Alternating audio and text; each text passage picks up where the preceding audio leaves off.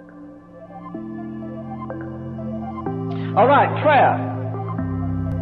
All earthly things with earth will fade away, but prayer grasps eternity. But I'm convinced of this: God does not hear prayer. He hears desperate prayer. Prayer is not a position whether you kneel. Prayer is not a position, it's a disposition. You get to the place where you'd rather sweat, you'd rather weep in His presence than laugh in anybody else's presence. You'd rather God whisper a secret into your heart that breaks you than somebody give you the prizes that all the world covets. Prayer is almost the greatest human privilege that we have.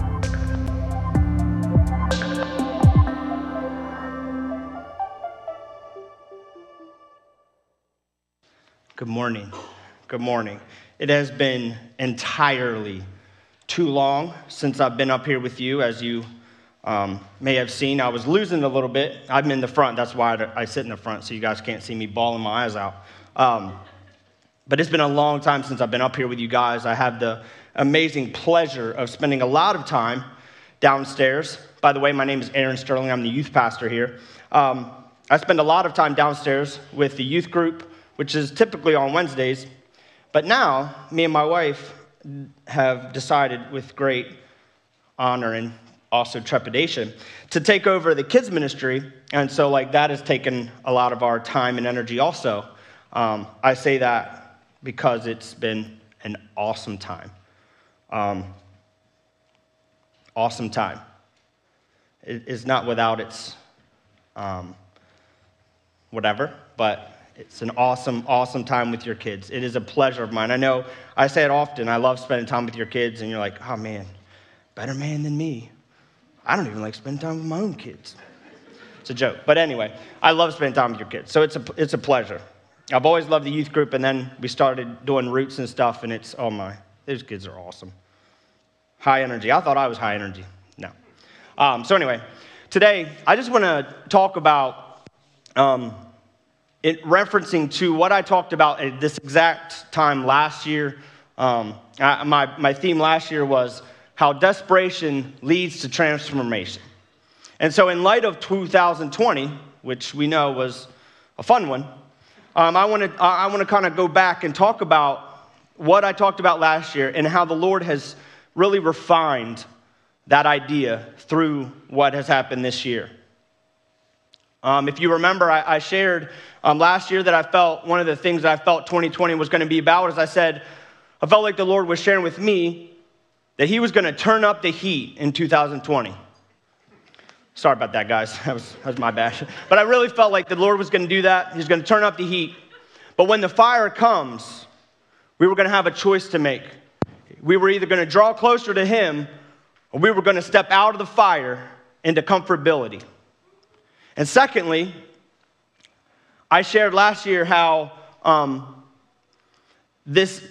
my belief that desperation leads to transformation, and I talked about how Hannah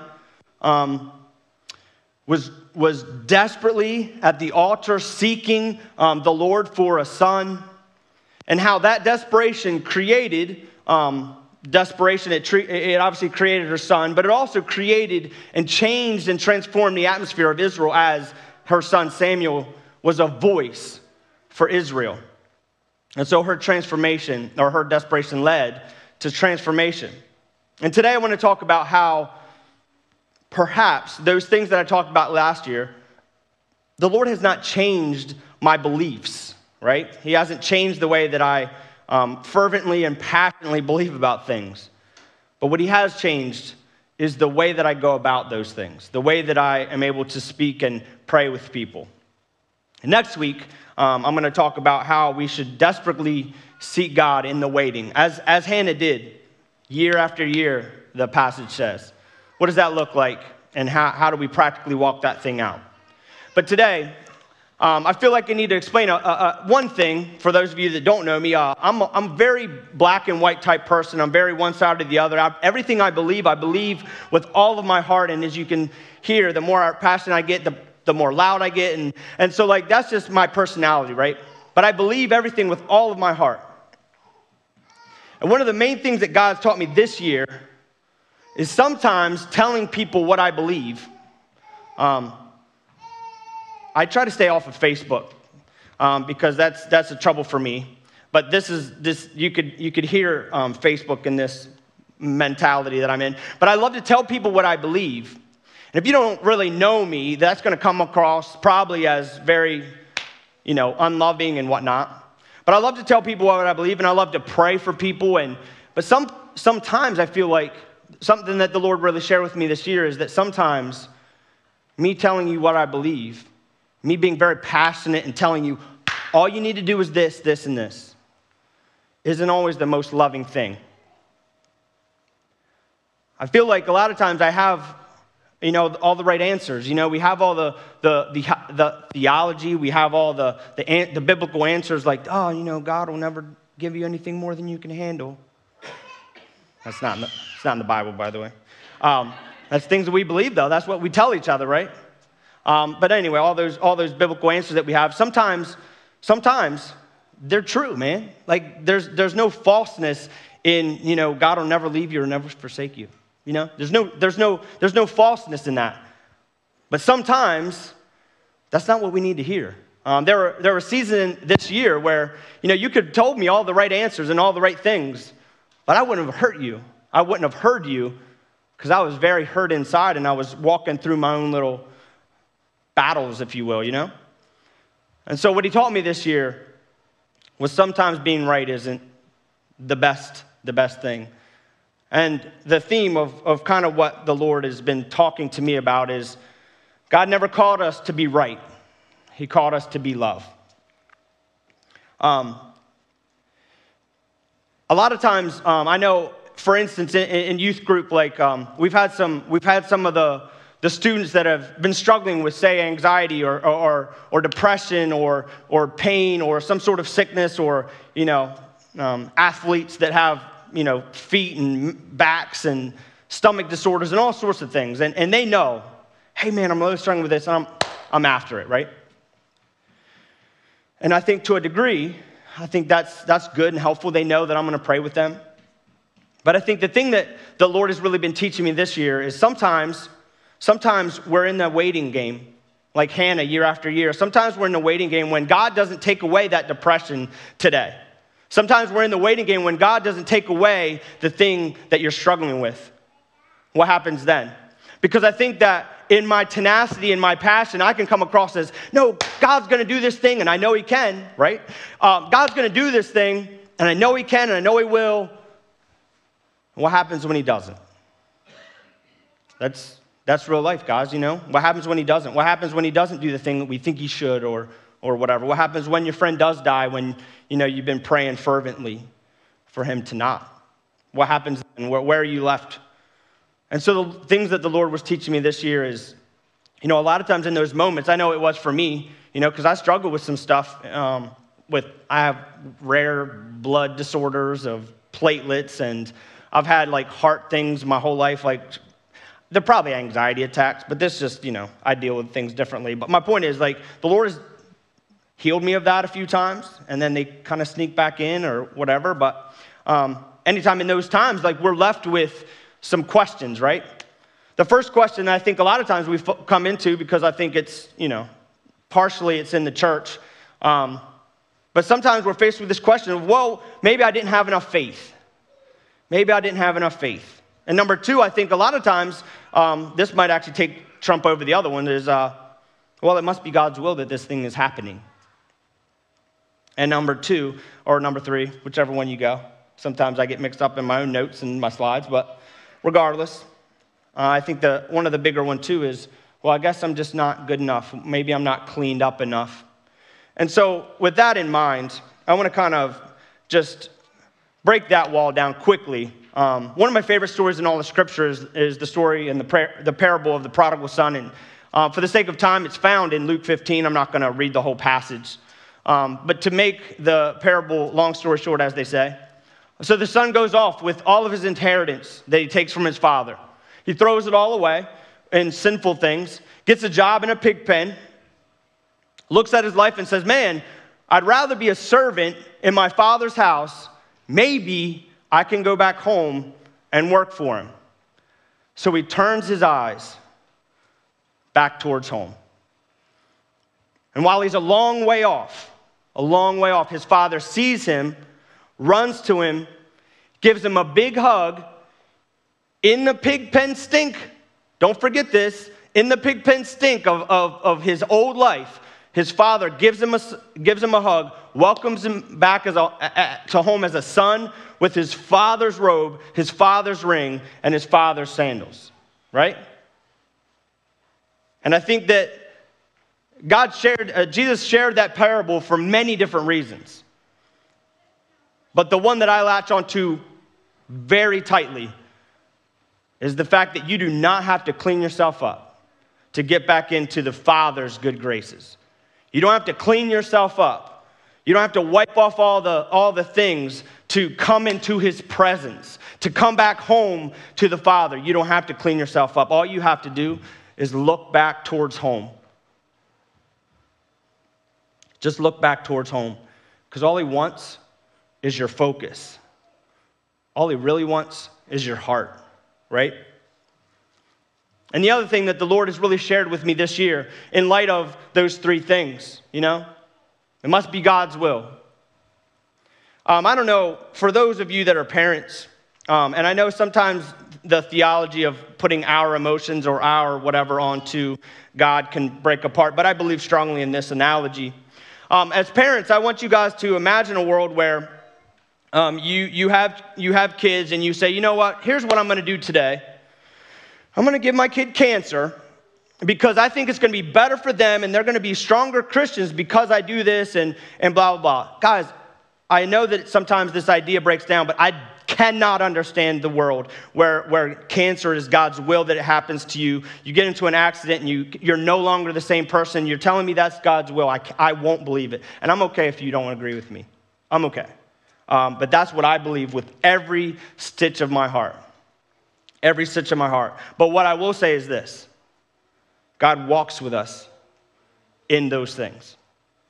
God cries with us in those things. One of my favorite passages I've probably shared 1,000 times if you've ever heard me talk is a passage in John 11. And it's where Jesus raises Lazarus from the dead. And if you are familiar with the story, Lazarus, Martha, Mary. Martha's the one that is, always working hard and creating the space for Jesus to come. She's doing the meal. She's doing the stuff, And then Mary, her sister, is the one just sitting at Jesus' feet. And Martha's always trying to get Mary to come do the work. And Mary's probably always trying to get Martha to just come sit at his feet. And Lazarus is just dining at the table, I guess. But anyway, these three are close friends with Jesus. And in the story of John 11, we understand that Lazarus is sick. They send Jesus word, hey, Lazarus is sick. Can you please come? Because we know you can heal him. And the disciples say, hey, well, let's go. And Jesus says, no. I'm going to wait a couple days. In a couple days, he comes home and says, it's 4 days late now. He's dead. So he comes, and Martha comes to him and says, Jesus, if only you were here, our brother wouldn't have died. Your friend wouldn't have died. And they talk to each other. They have a little back and forth because, her personality is this way. Then Mary comes, sitting at Jesus' feet, like always. Says, teacher, if you would have been here, my brother wouldn't have died. And you can feel that. He hears it, you can feel it, because it says that, his sadness, or one of those type words, he felt with the group, right? And at the same time, the crowd is following behind Mary, and they think that she's going to the tomb. So they're all there, and there's just this heaviness, there's this grief and sadness. And Jesus goes, all right, show me the body. And what I need you guys to understand this morning is that the whole plan 4 or 5 days ago, Jesus knew he was going to come. Jesus knew he was going to come and raise up Lazarus. Jesus knew that he was going to raise Lazarus from the dead. He knew it. Hey, he told the disciples, I'm going to wake him up. They thought he was sleeping. I'm going to wake him up. So the plan was set. Mary's at his feet crying. What does he do? Shortest verse in all the Bible. Jesus weeps. Why? He's just about to raise him from the dead. Look at the plan. The plan's already set. He's going to raise him from the dead. Why cry now? You're going to raise him from the dead. You should have said, no, wait a minute. It's going to be okay. Don't cry anymore. Don't cry. It's going to be okay. No. That's not our Father. That's not Jesus. He cries with us. Why? Because we're crying. He doesn't look at the future and say, guys, don't worry, it's going to be okay. I'm going to make it right. Nah, man, he cries with us in our mess. He walks with us through those things. And so the thing that the Lord taught me this year is it doesn't matter if I'm right. It doesn't matter if everything that I say is true and right and I have all the right answers. If I don't sit with them in their mess, if I'm not able to pray with them and cry with them, then I'm not really loving and I'm not really helpful. And that's one of the main things that the Lord taught me through this passage and through this year of seeking desperation, is that sometimes my desperation isn't enough. Sometimes praying desperately for things isn't enough. And it's time in those times, what do we have to do? We need to focus on the Father. And sometimes it's just time to cry with people, and it's just time to come alongside them and be with them in their mess. So the main thing that Jesus taught me this year was it's time to go. It's not time to think about just all the right answers and all those things. It's not time to be right all the time. It's just time to be loving. So as you may have seen in the beginning, halfway through, or who knows how long way through, the title of my sermon today is What Happens When Desperation Isn't Enough. And so one thing I love to do with the youth group is I have a one question, they love it. And then I started it with the Roots department, and they seem to love it. So I'm going to do it with you guys today. So I put cards on the end of the rows if you guys have pens. And also I talked to Isaac, and we have a cool texting thing that we do here. And so if you have a texting device, you want to put the number up on the screen. The question is, what are you desperate to see God do, whether it's this year or just right now? What are you desperate to see God do? So if you're in the texting range, if that's what you're up to, you can text 94000, or I put cards on the thing. If you have pens, you can write them out. And I did that for two reasons. This morning, I just want you to have something in your mind. This is what I'm desperately seeking God for. This is what, if God were to do one thing in my life in 2021, this is what I want to see God do. And also, I want you to know that whether you're online or in the building today, if you call Hickory Ridge your home, as one of your pastors, I would love to partner with you in whatever it is that you're desperate for. So Isaac's going to send me those, and I'm going to I have the nice Christmas box. I repurposed it. You can put the cards in the back if you would love to do that, and I'll take them. And I'll take them home. You can ask the kids. I have things from 4 years ago. There's things that I asked them, and they gave me the answers for. I thought they were cool. I kept them. They're in a paperclip somewhere. So I'm going to keep them, and I'm going to pray with them this year. I'm going to just pray for them because I want to partner with you. I don't want you to feel like, I know that one of the things that the Lord, one of the enemy wants you always to believe is that you're the only one dealing with this thing. There's no one else like you. And so when the enemy comes with that lie, I want you to be able to say, no, man. Aaron's praying with me. I'll do that. So that's what I want you guys to do. Either write that down, text it to us, and I'll be praying about that this year. But what do you want to see God do this year? What are you desperate to see God do?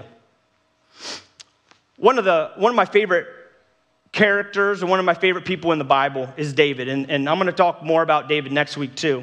But there's this passage in Psalms 27. And we know oftentimes, David was often in desperate places. He was often in desperate situations.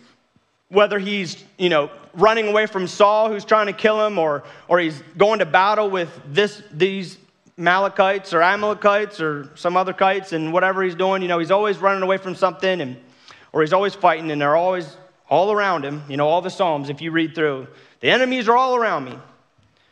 Or he's dealing with all of his family troubles, with all of his sons that are trying to kill each other or whatever. He's always dealing with stuff. He's always in desperate places.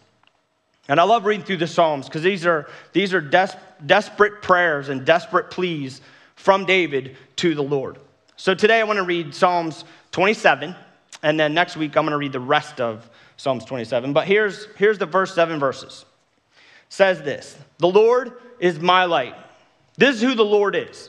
The Lord is my light and my salvation. Whom shall I fear? The Lord is the stronghold of my life. Of whom shall I be afraid? When evildoers assail me to eat up my flesh, my adversaries and foes, it is they who stumble and fall. Though an army encamp against me, my heart shall not fear. Though war arise against me, yet I will be confident. One thing. If you're at home, put it in the box. One thing, only one thing is important. One thing I've asked of the Lord. That will I seek after, that I may dwell in the house of the Lord all the days of my life, to gaze upon the beauty of the Lord and to inquire in his temple. For he will hide me in his shelter in the day of trouble. He will conceal me under the cover of his tent. He will lift me high upon a rock, and now my head shall be lifted up above mine enemies all around me, and I will offer in his tent sacrifices with shouts of joy. I will sing and make melody to the Lord. Hear, O Lord, when I cry aloud. Be gracious to me and answer me. The thing that I want you guys to make sure you see is when you're in these times of waiting, when you're in these times when you're desperately seeking the Lord, and it doesn't seem like your desperation is enough. These are the things that I want you to remember. The Lord is our light. The Lord is my salvation. He is our stronghold. He is our protector. And most importantly to me, this year, we can dwell in his house and we can gaze upon his face, gaze on his beauty. And I think that the point in saying that is that we look at it, we look at the one verse, the one thing that's important. Once we're gazing on him, then we can inquire of him. I think a lot of times, and if you would have heard me last year, I feel like maybe I got that message a little backwards. I feel like I did a lot of inquiring of him, and I think we did a lot of, desperate inquiring without the gazing. And so I hope that the Holy Spirit was able to come beside me or in front of me or whatever last year and not make it seem like I was just saying, all you need to do is do this and this and this, and it's going to be okay. Because I'm prone to do that. But the one thing that the Lord taught me this year is if I do all the inquiring and I don't do any gazing, then I'm backwards. Because if all of I did, I know that for this year especially, if all I did this year was just the inquiring and all the pleading and all the desperate praying, and I wasn't able to worship him and sit in his presence, then I would have been very, very lost. So the things I remember I told you last year was, number one, be persistent. Number two, be desperate. And number three, don't give up. And I believe those things very, very strongly. Please continue to do those things. Please persistently, pray to the Lord. Be desperate and don't give up. No matter what happens, don't give up until you get the thing that you seek. That's what I said last year, and I'm going to say it again today. Don't give up until you get the thing that you seek. But I'm going to add one thing. First and foremost, make sure the thing that you seek more than the thing that you seek is seek his face. Desperately seek him. Desperately focus on him, desperately worship him. He's the only way that you're going to make it through whatever it is that you're going through. Guys, this has not been an easy year for me at all. For those of you that have a familiarity with me and my story, you know that. But I'll share a few things. Something I think is really important to say is that I have a very amazing wife, Angie, that's right here. I have an amazing family that is all around me. I have an amazing daughter that brings so much joy to my heart and to my life. In times of pain, in times of storms, those people are my foundation. But I believe strongly that if I didn't have the Lord, then those things would have been good. But I don't know if I would have made it through. Because I can have an amazing wife and an amazing daughter, and I could probably be happy some days. But if you're looking at the Lord in the face and saying, well, God, clearly you wanted my friend to die of cancer. I don't really want to serve that Lord, you know what I mean? If that's what I believed, and if that's what you believe, man, like I hope it makes sense.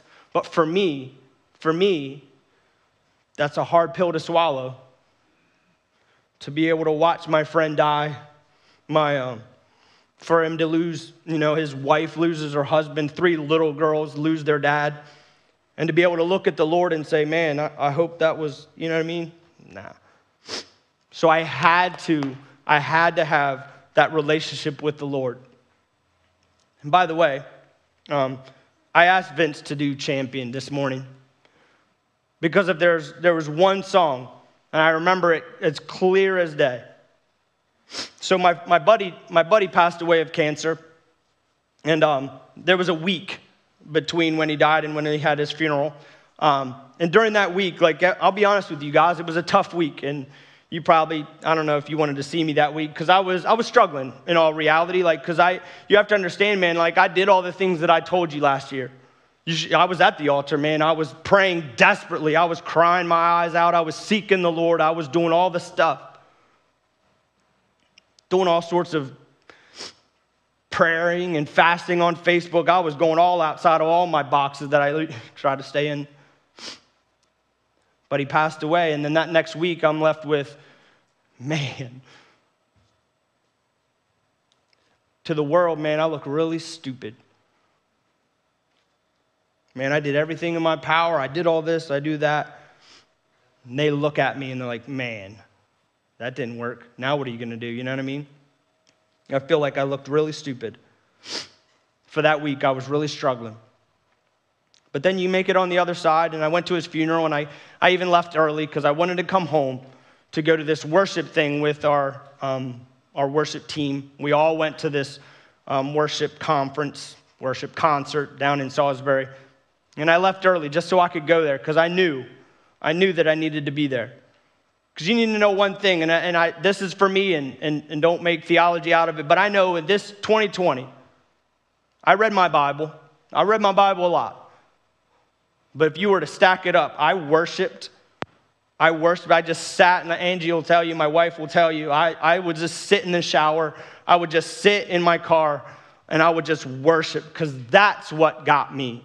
That's what I needed. I needed to worship in his presence. I needed to worship and dwell in his temple. That's what I needed. I had an amazing family, and they'll never take that away from me. But I needed to worship. And so I came home, and we went to this concert, and that's what broke in me. God showed me that he's still good. In spite of everything that went wrong, in spite of my prayers not being answered, he is still good, and he still loves me. And he was crying with me through the whole thing. Because sometimes, man, it's not going to be easy. But at the end of the day, we have to know that he's crying with us. And our job isn't to know the answers, it's to seek him and focus on him. So this morning,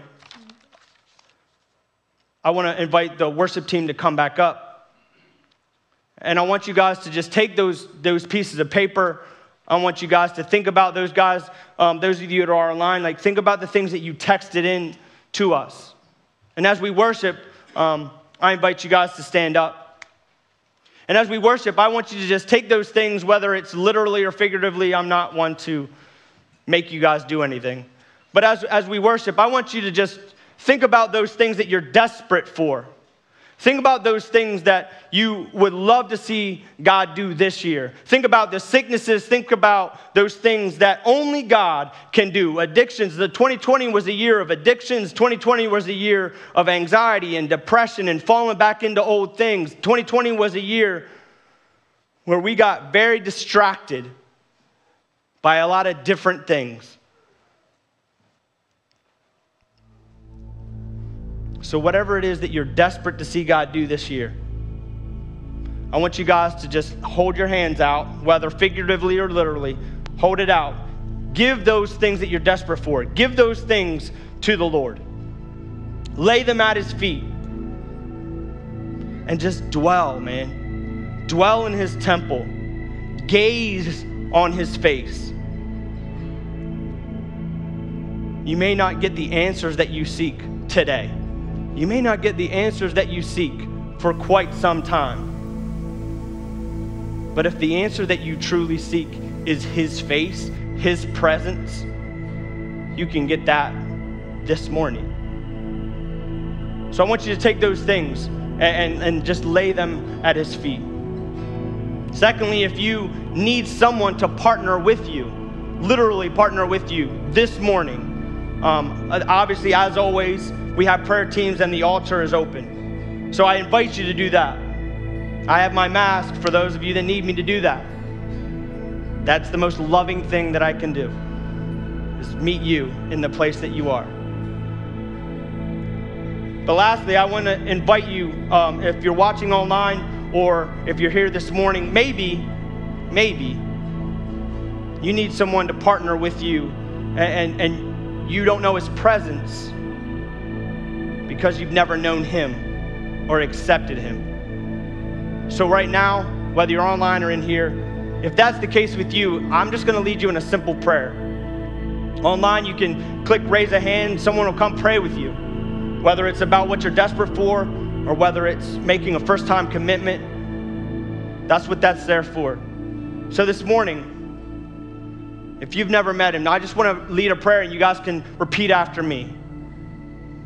Dear Lord, I just come to you now. Lord, I just ask you to forgive me of my sins. Forgive me of the times when I've chosen myself instead of you. Lord, just help me to walk with you. Let me turn back towards home. Lord, I just give you my life. Holy Spirit, fill me. Allow me to walk with power to do the things that you've called me to do. Thank you, Lord, for your love and your mercy and your forgiveness. Amen. So as we go to worship and we switch out our batteries, I just invite you to come at the altar, meet someone next to you, make sure you're appropriately able to pray with each other. But I just invite you to just dwell in his presence.